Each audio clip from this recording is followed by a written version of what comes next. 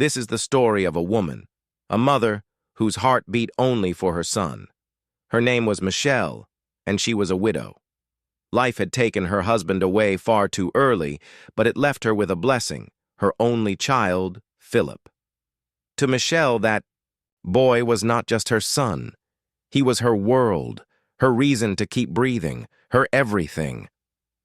But what Michelle never knew, what she never even dreamed could happen, was that this very son she loved more than life itself would one day lead her into a quiet, lonely forest, with a plan hidden in his heart that would break hers into pieces. Friends, I promise you, this is not a story you want to skip. This journey is emotional, heartbreaking, and powerful. It is full of lessons that will stay with you long after the story ends. So, please sit back, get comfortable, and let's take this journey together. And if this is your first time here with us, welcome to the community. Don't forget to subscribe, ring that little notification bell, and give this story a thumbs up if it touches your heart. Michelle was 63 years old. Time had painted her hair a soft silver, like the gentle glow of the moon. She still lived in the same little home where she had raised Philip, a cozy place with a small garden out back. She loved her garden, rows of tomatoes, fresh herbs, and her favorite, the bright red roses she tended with care. Her husband, a kind, hard-working man, had passed away many years before. When he left this world, he left everything he had to Michelle. He trusted her more than anyone. He knew she was wise, steady, and careful. On his deathbed, he had taken her hand and said, "Michelle, my love, our son is still so young. He is a good boy, but he does not yet understand how heavy the world can be. Please take care of our family's fortune. Guard it for him. When you see that he has grown into a responsible and mature man, give it to him. I trust you will know the right time Michelle promised him she would, and she held on to that promise for years, keeping it close to her heart like a secret treasure. She raised Philip with all her strength, all her love.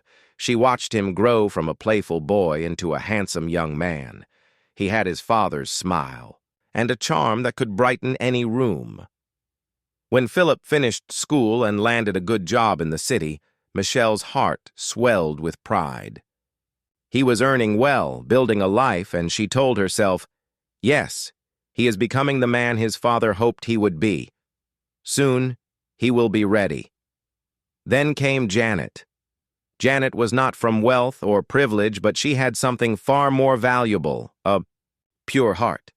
She was kind, patient, gentle, and hard-working. She earned a modest living at a small library, but what she lacked in riches, she made up for in love and character. From the very first time Michelle met her, she knew Janet was special. She didn't feel like she was gaining a daughter-in-law. No, she felt like she had been given the daughter she never had. Philip and Janet married, and Michelle opened her home to them. The house was big enough for all three, and she didn't want to live alone. "This is your home," she told them warmly. "No rent, no worries. Just live here together and be happy." For a while, happiness filled that house. Janet and Michelle grew closer and closer. They spent hours side by side in the kitchen, laughing and cooking. Michelle loved hearing Janet talk about the books she read, and Janet adored listening to Michelle's stories of the old days. They had a bond that needed no words. If Michelle was sad, Janet would notice immediately and quietly bring her tea. If Janet was troubled, Michelle would take her hand and whisper, "We are a family. Whatever comes, we will face it together." But little by little, clouds began to gather over their peaceful home. And those clouds were Philip's secret. At first it seemed harmless, coming home late, spending too much time staring at numbers and charts on his phone.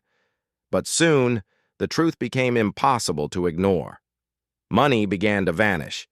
Despite his good job, Philip never seemed to have anything left. Bills were unpaid, groceries forgotten. He always had excuses. "It was a work expense. I helped a friend in need." In reality, Philip had fallen into a trap, a dark, dangerous addiction, gambling. It was like a sickness of the mind, a hunger that could never be satisfied. It made him chase dreams of fortune, but those dreams only devoured him. Michelle, wise and watchful, saw the truth long before he admitted it. The arguments started soon after. Always the same pattern. Philip would approach her sweetly at first. "Mother, you look beautiful today. How are you?" And Michelle, her heart aching with hope, would smile back. For a moment she believed he might be the son she remembered, but then his voice would change. His charm would turn sharp. "Mother, I am a man now. I have a wife. It's time you give me my inheritance. It's my father's money, and it belongs to me. I can invest it, multiply it, make us all rich." Each time, Michelle's heart sank. Looking into his eyes, she didn't see wisdom. She saw desperation. And with all the strength in her, she would say softly, "Philip, my son, your father trusted me to give you the money only when you were ready. You are not ready. This gambling, it holds you like chains. If I give you the money now, it will vanish in days. It will not save you. It will destroy you. And every time," Philip's face would darken. He would shout, "You don't trust me! You are trying to control me. This is unfair. It's my money." These fights became storms that ripped through their once quiet home. Janet hated it, but she never wavered. She stood beside Michelle always. Many nights, after an especially bitter fight, Janet would find Michelle weeping silently in the kitchen.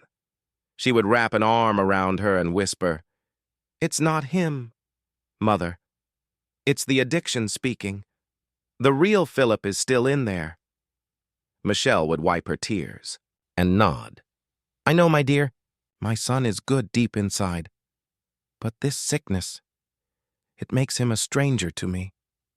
I fear one day his anger will tear our family apart." And Janet, with steady courage, would promise, "I won't let that happen. You and I, we are a team. We will protect him, and we will protect this family." But Philip's desperation only grew. He owed money to dangerous people, and in his eyes, his mother's refusal was not love. It was betrayal. Then, suddenly, everything changed. He stopped arguing.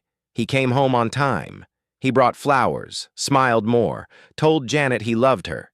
He spoke of getting help for his addiction, even claimed he had started going to meetings. Michelle's heart soared. She thought her prayers had been answered. "My son is back," she whispered to herself. She began to believe again. Even Janet, though cautious, wanted to believe. Yet in her heart, a small seed of doubt remained. One morning, Philip walked into the kitchen with the brightest smile she had seen in years. "Mother," he said warmly, "I want to do something for you. You've been so stressed.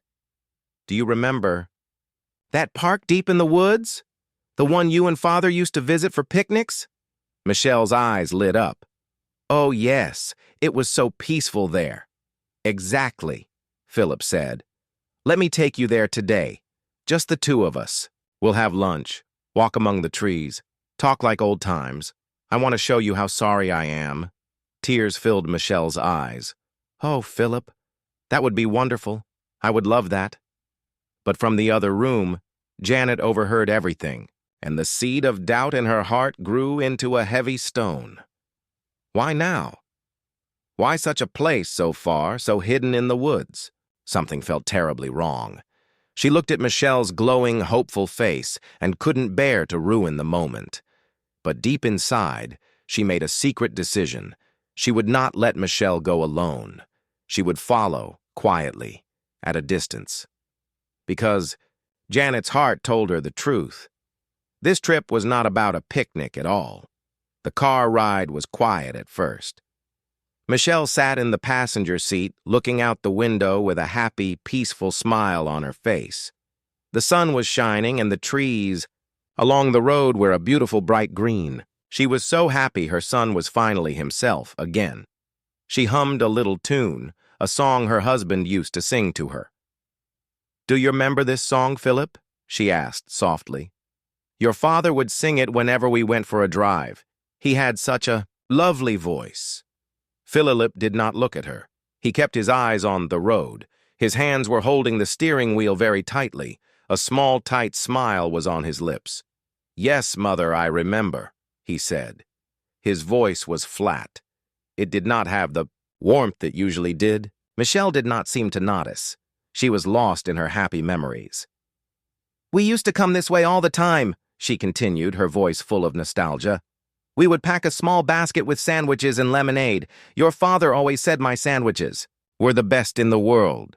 He was such a good man, Philip. He would have been so proud of you." Philip just nodded. He said nothing. The car drove on, leaving the busy city behind. The roads became smaller and the houses became fewer. Soon they were surrounded by nothing but trees, tall, silent trees that seemed to watch them as they passed. Far behind them, in a small blue car, Janet followed. Her heart was beating fast like a drum inside her chest. She kept a safe distance so that Philip would not see her in his mirror. Every time Philip's car went around a corner, she was afraid she would lose him. She gripped her own steering wheel and her hands were cold and sweaty. She felt a little silly. Maybe she was wrong. Maybe Philip was truly sorry and just wanted to spend a nice day with his mother. She hoped so. She prayed to God that she was wrong. But the cold feeling in her stomach would not go away. It was a feeling of deep, certain dread. She remembered the look in Philip's eyes that morning. It was not the look of a happy son. It was the look of a man with a heavy secret. And so she kept following. After driving for almost an hour, Philip turned the car onto a narrow dirt road. The road was bumpy, and the trees grew so close together that they blocked out the sun. It became darker and much cooler. Michelle looked around. "I don't remember this road, Philip," she said, a little note of confusion in her voice. "Are you sure this is the right way to the park?" "Don't worry, Mother," he said, his voice still flat. "It's a shortcut. I know where I'm going." Head drove for another 10 minutes deeper and deeper into the woods. Finally, he stopped the car in a small clearing. It was very quiet here. The only sound was the gentle rustling of leaves in the wind. There was no one else around. Neither cars, no other people, just them and the silent forest. Janet stopped her car far down the dirt road, hidden behind a thick group of bushes. She turned off her engine and waited, her heart pounding. "Well, we're here," Philip said, trying to sound cheerful. He got out of the car and opened the door for his mother. Michelle got out and looked around. It was a pretty place, but it felt lonely, very lonely. "It's so quiet here," she said. "That's why it's perfect. Come on, I know the best spot. It's just a little walk from here." He led her away from the car down a small, overgrown path. The path was hard to see, covered with fallen leaves and twigs. Michelle had to hold on to his arm so she would not trip. She was wearing her nice Sunday shoes, not shoes for walking in the woods. Janet watched them from her hiding spot. She saw them disappear into the trees. She waited a few moments, and then, as quietly as she could, she got out of her car and followed them. She moved slowly, stepping carefully so she would not make any noise. She stayed hidden behind the thick tree trunks, her eyes fixed on Philip and Michelle up ahead. They walked for what felt like a very long time. Finally, Philip stopped in another small clearing. In the center of the clearing stood a very large old tree.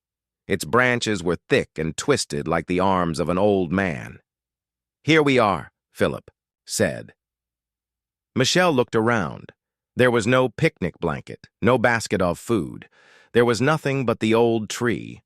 A feeling of confusion started to creep into her heart. "Philip, where is our lunch?" she asked. "I thought we were having a picnic." Philip turned to face her. The smile was gone from his face, completely gone. His eyes were cold and empty. He looked like a stranger. Michelle felt a sudden shiver of fear. "We're not here for a picnic, Mother," he said, his voice low and hard. Then why are we here?" she asked, her voice beginning to tremble. Philip did not answer. Instead, he reached into the pocket of his jacket. He pulled out a coil of rope. It was a thick, strong rope. When Michelle saw the rope, her mind could not understand. "Philip, what is that for?" she whispered. "Is this some kind of joke?" He took a step towards her. "I'm sorry, Mother," he said. "You gave me no choice. I asked you for my money. I begged you, but you wouldn't listen. You never listen." The world seemed to spin around Michelle. This could not be happening. This was not her son. Her loving, gentle son would never do this. "Philip, no," she pleaded, tears filling her eyes. "Please, I am your mother. I love you. I was only trying to protect you." "Protect me?" he said, his voice rising with anger. "You were controlling me. That money is mine, and I will get it." He grabbed her arm. His grip was strong, and it hurt.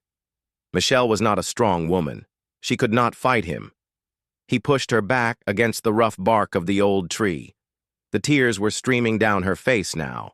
She was crying and begging. "Please, son, don't do this. Whatever trouble you were in, we can fix it together. Just talk to me. Please, Philip."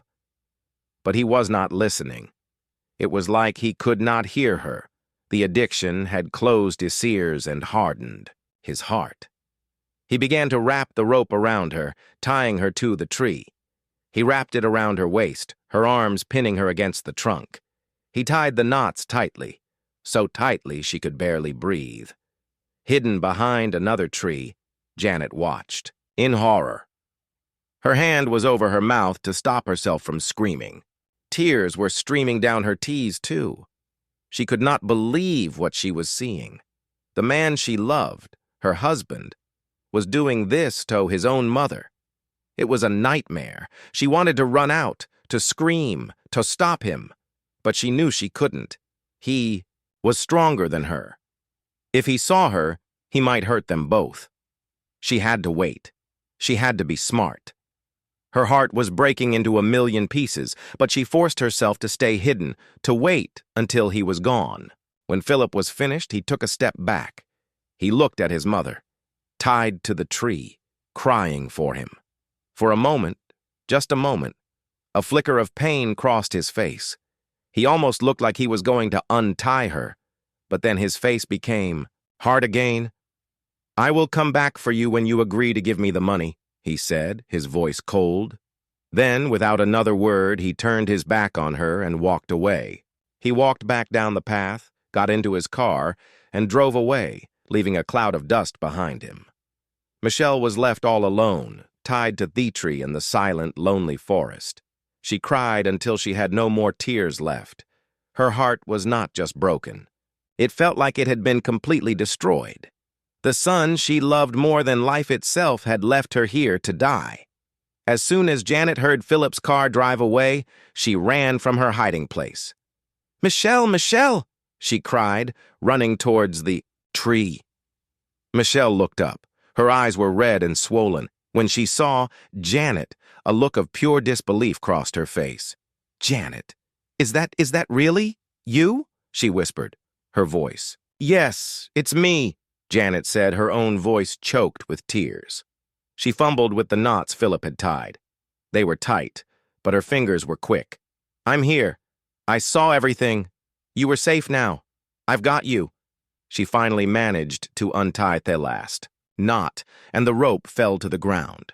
Michelle's body was weak. She slumped forward, and Janet caught her, holding her in a tight embrace.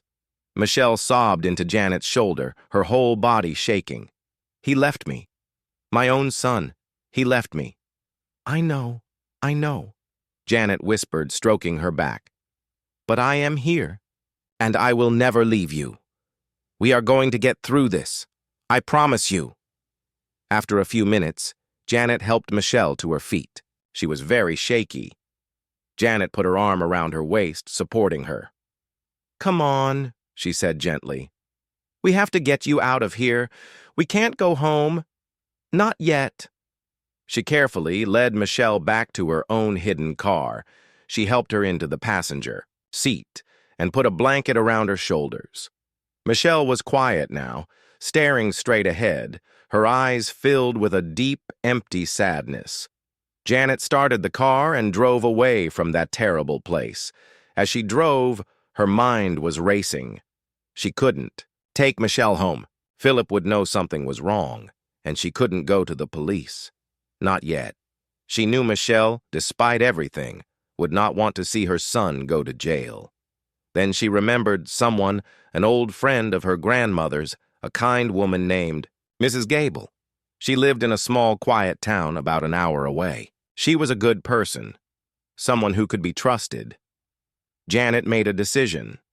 That's where they would go. She would take Michelle to a safe place where she could rest and feel secure. And then Janet would go back. She would go back home to her husband, and she would have to pretend. She would have to pretend that she knew nothing at all. Her heart was heavy with the weight of it all. But her mind was clear.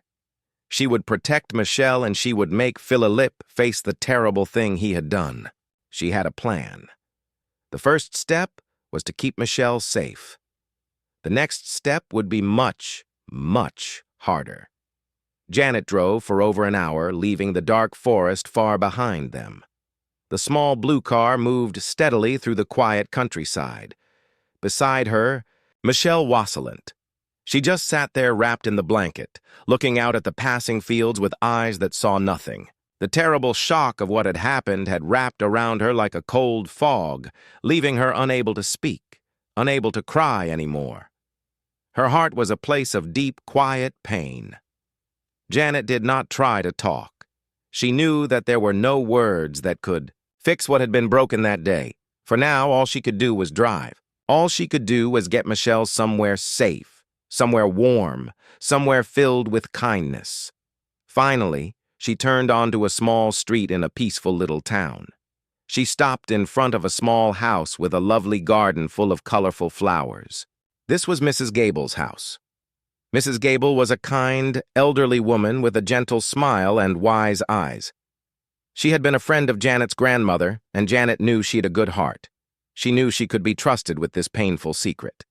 She'd called her from the road, her voice low and urgent, explaining that there was a family emergency and that her mother-in-law needed a quiet place to stay for a little while. Mrs. Gable, without asking too many questions, had simply said, "Of course, my dear. You bring her here right away. My door is always open." Mrs. Gable was waiting for them on the porch. When she saw Michelle's pale, sad face, her expression filled with compassion. She opened her arms and gently helped Michelle out of the car. "You poor dear thing," Mrs. Gable said, her voice as soft as a feather. "Come inside. Come inside. I have a warm cup of soup and a comfortable bed waiting for you. You are safe here." She led Michelle into the house and sat her down in a soft armchair by the fireplace. Janet watched as Mrs. Gable fussed over Michelle, bringing her the soup and a warm pair of slippers for her feet. Michelle didn't say much, but she allowed this kind stranger to care for her. A tiny bit of warmth began to turn to her cold hands. Janet knelt down in front of Michelle and took her hand. "I have to go back now," she whispered. "I have to go home. Philip cannot know that I was there. He cannot know that you are safe. Not yet." Michelle looked at Janet, and for the first time since the forest, a flicker of understanding came into her eyes. She squeezed Janet's hand weakly. "Be careful, my child," she whispered, her voice barely audible. "I will be," Janet promised. "I will visit you every day when he is at work. I will call you. You will not be alone. I will handle this. I will make this right. You just rest now." Leaving Michelle in the kind hands of Mrs. Gable was one of the hardest things Janet had ever had to do, but she knew it was necessary. She drove back home, and with every mile that passed, the sadness in her heart began to mix with a cold, hard anger. She had to put on a mask. She had to pretend to be a loving wife to the man who had just done the unthinkable. When she walked through the front door, the house was quiet. Philip was sitting on the sofa watching television. The sound was turned up loud. He was trying to act normal. Too normal. He looked up when she came in. "Oh, hey, honey. You were gone for a long time," he said, trying to smile. "Where did you go?" Janet's heart was pounding, but she kept her voice calm. She had practiced what she would say on the long drive home. "I just needed some air. I went for a long drive and then did some shopping." She put a grocery bag on the kitchen counter to make her story look real. Then she looked at him, her face a mask of simple curiosity. "So how was the picnic with your mom? Did you two have a nice time?" Philip did not look at her. He kept his eyes on the television screen. "Oh, it was good. It was really nice," he said quickly. "We had a long talk. It was great." "That's wonderful," Janet said, her voice even and steady. "Where is she now? I thought she would be home by now." This was themament, the first big lie. Philip cleared his throat. Actually, she decided to go and visit her sister Carol. She said she hasn't seen her in a while and wanted to spend a few days with her. It was a last-minute thing. Janet felt a cold chill run down her spine. The lie came so easily to him. "Oh," she said, pretending to be surprised. "That's strange. She didn't mention anything about that to me this morning." "Yeah, well, you know, Mom," Philip said with a small fake laugh. "She can be spontaneous. She packed a small bag and I dropped her off at the bus station." Janet just nodded. "Okay," she said quietly, and she walked away into their bedroom so he would not see the look of anger and disgust on her face. The game had begun. The next week was the longest week of Janet's life. The house, which was once full of warmth and love, now felt cold and empty. There was a terrible tension in the air, a silence that was heavier than any argument. Philip continued to pretend that everything was fine, but Janet could see the cracks in his act. He could not sleep properly. She would wake up in the middle of the night and find him staring at the ceiling, his face pale in the moonlight. He started drinking more than usual. He would come home from work and pour himself a large glass of whiskey and then another. He was jumpy. Every time the phone rang, he would flinch, his eyes wide with fear. He avoided looking at Janet directly. He could not meet her gaze. Every day, Janet would ask him a simple question. "Did you hear from your mother today?" And every day, Philip would have a new lie. "Not yet. You know, Aunt Carol's house has bad cell service," he would say. Or, "She called earlier when you were out. Said she's having a great time." Janet knew he was lying. Every morning after Philip left for work, she would get in her car and drive to Mrs. Gable's house. She would spend a few hours with Michelle. At Tafour. First, Michelle was very quiet, very sad. She would just sit and stare into space. But Janet's daily visits were like medicine for her wounded heart. They would sit together and drink tea. Janet would brush Michelle's soft silver hair. She would read to her from books she brought from the library. Slowly, very slowly, Michelle began to talk again. She cried a lot. She talked about her son, the little boy she had raised, and she could not understand how he had turned into the cold man in the forest. "It is my fault," Michelle would whisper, tears rolling down her cheeks. "I was not a good enough mother." "No," Janet would say, her voice firm and loving. "You stop that right now. You area wonderful mother, the best mother. This is not your fault. This is his sickness. The gambling, it changed him. But the good man, the real Philip is still in there somewhere, and we are going to find him."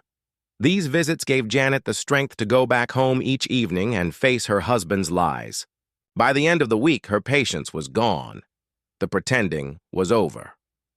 That evening, when Philip came home from work, Janet was waiting for him in the living room. The television was off. The house was completely silent. She was sitting in an armchair and she had the phone in her hand. "Hello, Philip," she said. Her voice was not the voice of a gentle wife. It was cold and sharp like a piece of broken glass. Philip stopped in his tracks. He saw the look on her face, and he knew. He knew the game was over. "What's wrong?" he asked, his own voice barely a whisper. "I called Aunt Carol today, Philip. I called her this morning and this afternoon, and again just 10 minutes ago. We had a very long chat. She hasn't seen or heard from your mother in over a month." Philip's face went white. He looked like a ghost. He opened his mouth to speak, but no words came out. "So I'm going to ask you one more time, Philip," she said, taking a step towards him. "I called Aunt Carol today. I called her this morning, and this afternoon, and again just 10 minutes ago, we had a very long chat. She hasn't seen or heard from your mother in over a month." The lie finally shattered. Philip crumbled. It was as if all the bones in his body had suddenly turned to water. He fell to his knees on the floor and began to sob. It was not a quiet cry. It was a loud, ugly sound of a man completely broken. "I'm sorry," he cried, his face buried in his hands. "I'm so sorry. I didn't know what to do. I owed so much money they were going to hurt me. I thought if she was scared, she would give it to me. I was going to go back for her. I swear I was." Janet looked down at him, her heart a storm of pity and anger.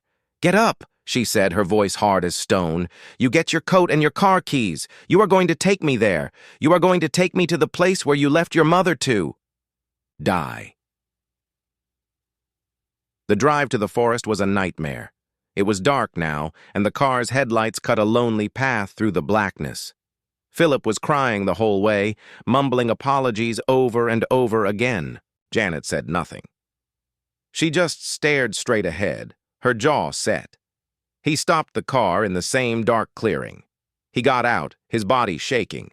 He led her down the overgrown path, using the light from his phone to see the way. The forest was a different place, at night. It was full of strange shadows and scary sounds. Finally, they reached the old tree. Philip pointed a trembling finger.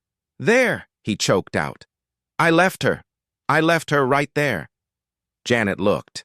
The thick rope was lying on the ground in a messy coil, but the tree was empty. Michelle was gone. For a moment, Philip just stared. He could not understand. He looked around wildly, his eyes darting into the darkness. She's gone. She's not here." The terrible reality of what he had done crashed down on him with the force of a tidal wave. In his mind, he saw a horrible picture. He saw his mother alone in the dark, cold, and scared. He imagined wild animals.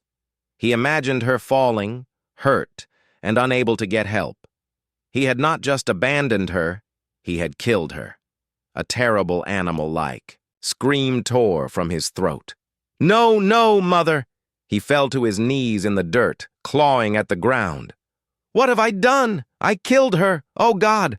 I've killed my own mother. Her body. I can't even find her body." He was completely lost in a world of guilt and horror. He was no longer a man. He was just a container of pure, raw pain. Janet stood over him, watching him break, her face a mask of cold fury. She let him feel it. She let the full weight of his terrible choice crush him. "You have to find her, Philip," she said, her voice cutting through his sobs. "You have to find her because if you don't, I swear to you, you will spend the rest of your life in a prison cell, thinking about how you murdered the one person in this world who loved you more than anything." The drive back from the forest was the quietest journey of Philip's life. He was a hollow man. The loud, terrible sobs were gone. The desperate screams were gone. Now there was nothing left inside him but a vast, silent emptiness. He drove the car automatically, his eyes staring at the road, but seeing only the image of the empty tree and the coiled rope on the ground. He had killed his mother. The thought was not loud anymore. It was a quiet, certain fact that had settled deep inside him, cold and heavy like a stone. He had done the worst thing a son could ever do. He had destroyed the person who gave him life, the person whose love had been the only constant shining light in his world. And for what? For money. For pieces of paper that he would have lost in a week. Janet sat beside him, watching him. She saw that he was no longer the angry, desperate man who had lied to her. He was not the monster who had tied his own mother to a tree. He was just a broken shell. She could see the deep, crushing weight of his guilt in the slump of his shoulders and the dead look in his eyes. Her anger was still there, but beneath it a small seed of pity began to grow. This was still her husband, and he was in more pain than she had ever seen a person be in. They did not go home. Philip did not turn onto their street. Instead, he kept driving, heading towards the bright lights of the city center. "Philip, where are you going?" Janet asked, her voice soft.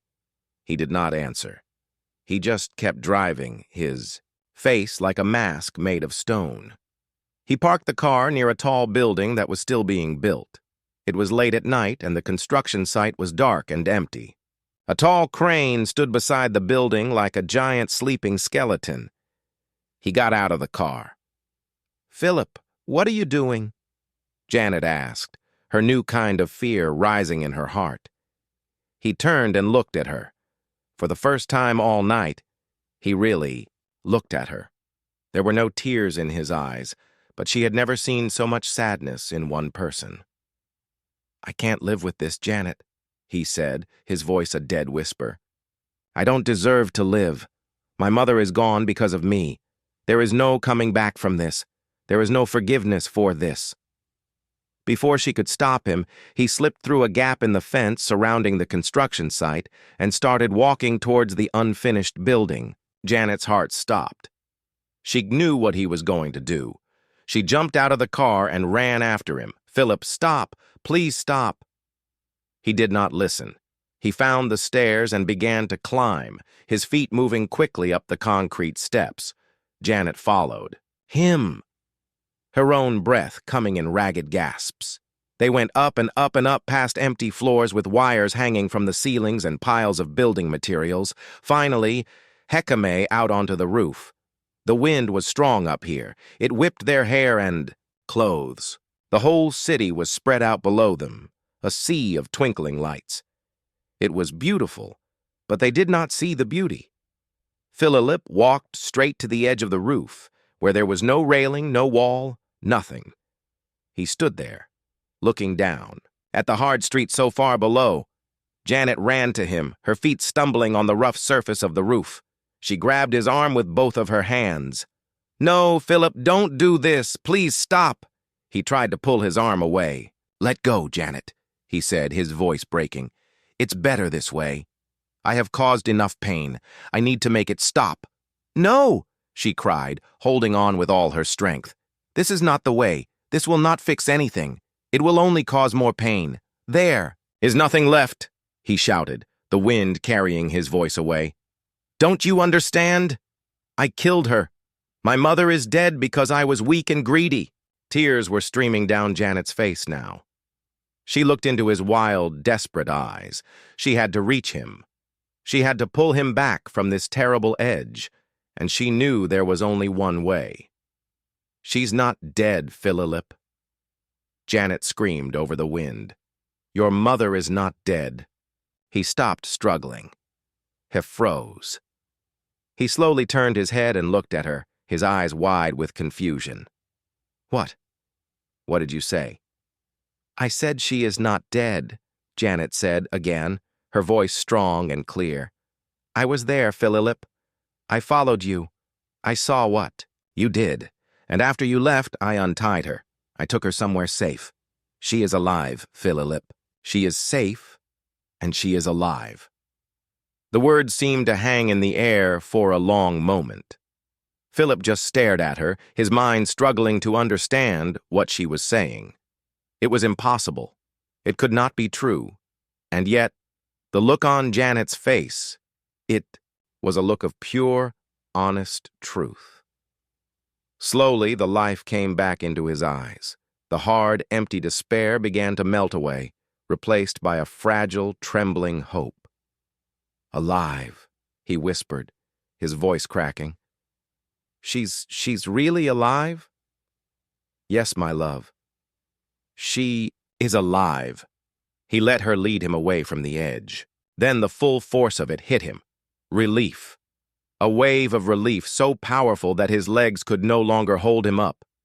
He collapsed onto the roof, not with a crash, but like a puppet whose strings had been cut. He sat there on the cold concrete, and he began to cry again. But these were not the sobs of guilt and despair. These were the tears of a man who had been given a second chance. A miracle he did not deserve. Janet knelt beside him and put her arms around him, holding him as he shook. They stayed there for a long time on top of the dark, windy roof until his tears finally stopped. "Take me to her," he whispered. "Please, Janet. I need to see her. I need to tell her I'm sorry." They drove to Mrs. Gable's little house. The lights were still on. Janet led Philip to the front door and knocked softly. Mrs. Gable opened it, her face full of concern. She looked at Philip's tear-stained face, then at Janet, who gave her a small, reassuring nod. "She's in the sitting room," Mrs. Gable said quietly, and she stepped aside to let them in. Philip walked into the small, warm room, and there she was, his mother. She was sitting in the soft armchair by the fireplace, a cup of tea in her hands. She was safe, she was warm, she was alive. When Michelle saw her son, her face filled with 100 different emotions. There was sadness, there was pain, but more than anything else, there was love. A deep, endless ocean of a mother's love. Philip could not speak. He just stood there for a moment, his heart breaking all over again, but this time it was breaking with love and remorse. He slowly walked towards her and fell to his knees in front of her chair. He put his head in her lap like he used to do when he was a little boy who had scraped his knee, and he cried, "I'm so sorry, Mama," he sobbed, his voice muffled by her dress. "I'm so sorry. I am so sorry. I don't know what happened to me. Please, please, can you ever forgive me?" Michelle did not hesitate. She put her hand on his head, her fingers gently, stroking his hair. Tears began to fall from her own eyes, but they were not tears of sadness. They were tears of relief. Her son had come back to her. "Oh, my son," she whispered, her voice trembling. "My dear son, I forgive you. Of course I forgive you. I love you, Philip. I have always loved you, and I will never, ever stop." He looked up at her, his face full of shame. "But I could go to jail." "What he did?" Janet stepped forward and put her hand on his shoulder. "We are not going to the police," she said softly. "We are a family, and we will heal this as a family." They stayed there for a long time, the three of them, holding each other. The broken pieces of their family were slowly, carefully being put back together, not with anger or punishment, but with forgiveness and love.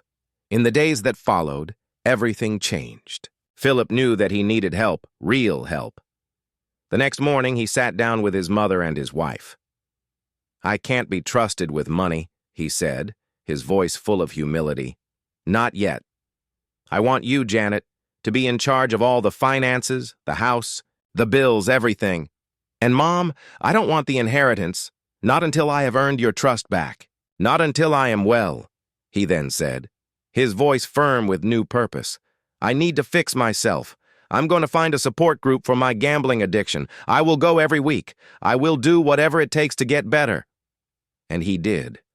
It was not easy. It took many, many months of hard work. He had to face the ugly truth about his addiction. He had to learn how to live without the thrill of the bet, but he was not alone. Every step of the way, his mother and his wife were right there beside him, supporting him, encouraging him, and loving him. Slowly but surely, the real Philip began to return. The kind, funny, loving man that they both knew was still there. He became a better husband and a better son. The family found their happiness again, a happiness that was stronger than before because it had been tested by a great storm and had not broken. Dear viewers, this story teaches us a powerful lesson. It teaches us about the terrible dangers of addiction and how it can make good people do awful things. But more importantly, it shows us the incredible power of family, of love, and of forgiveness. It shows us that even after the most terrible mistakes, there is always a path back to the light as long as there is love to guide the way. Now, we want to know what you think. Was Janet a good wife? Did the mother and the wife do the right thing by forgiving him so quickly? If you were the mother or the wife, could you have found it in your heart to forgive him, or would you have reported him to the police? Share your thoughts with us in the comments. Thank you for listening. If this story touched your heart, please give it a thumbs up, share it with your loved ones, and don't forget to subscribe for more stories that teach us about life. Turn on the notification bell so you never miss any new stories from us. Until next time, take care and don't forget, at Virtuous Stories, we love